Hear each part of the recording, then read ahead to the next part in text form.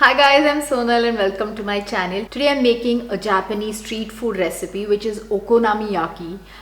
It's an absolutely delicious recipe and it has all the qualities of being a keto recipe. It's like a pancake and the only problem is that the batter used has all-purpose flour and I'm going to obviously substitute that flour.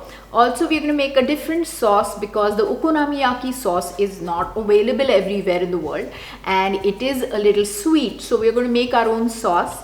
And other than that, you can put any ingredients that you want and make it your own. You can make Indian version of it, you can make an Italian version of it, you can make whatever you like with it. Since I'm a foodie, I have a lot of the Japanese ingredients, so I'm going to use some of those. But you don't have to have those. It's a very versatile recipe. It's got loads of vegetables and protein. So what's not to like? Let's go ahead and see how I make this recipe. I've taken 1.5 tablespoons of flaxseed flour, to which I'm adding 5 tablespoons of hot water. I've put some of the water and then now I'm mixing it up and then putting some of the extra water. To that I'm adding 1 large egg and beating everything together. A pinch of garlic powder, a pinch of salt. Garlic powder is optional.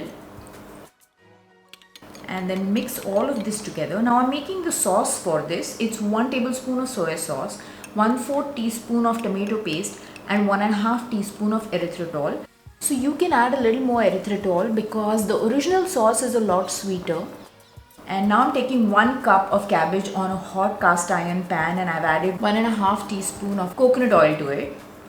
And I'm going to cover it for about 2 minutes and add a pinch of salt. By this time, the coconut oil has melted and gone down and now I'm putting my pancake batter on top. So I've put only half of it. Now you can see it's set. It took about 1.5 minutes for that to happen. So I'm going to flip it over. There's a very simple trick. Take 2 spatulas and put them at 180 degrees in one line and then twist your wrist and you'll flip the pancake. It'll take a couple of tries but you will perfect it. And on this side, I'm adding some bacon pieces and some prawns. You can add anything that you like. If you have any leftover meat, you can add that.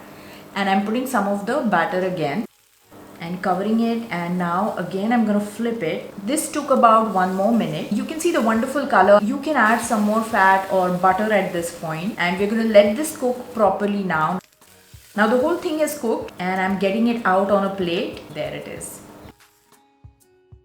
Now I'm frying an egg. You can keep it sunny side up. I have broken the yolk and I'm going to just fry it on the other side too. I'm going to place the egg on top of my pancake. I'm placing some of the prawns on top and I'm also applying the sauce that we made. If you don't want to make the sauce, you can use sugar-free tomato ketchup. And this is mayonnaise. To this, I'm adding some bonito flakes and some seaweed. If you don't have it, you can leave it out. You can see that the bonito flakes are moving. These are sliced dry fish flakes. So from the moisture from the food, it kind of starts moving. So there's nothing to be alarmed by. I hope you guys are intrigued by the recipe and you will give it a try. It's a complete meal with vegetables, protein, fat and everything, and taste. So try the recipe out. Let me know in the comment section. Click the like button, subscribe to my channel if you haven't already. There's a notification bell right next to the subscription button which you can click to be notified every time that I add a new recipe.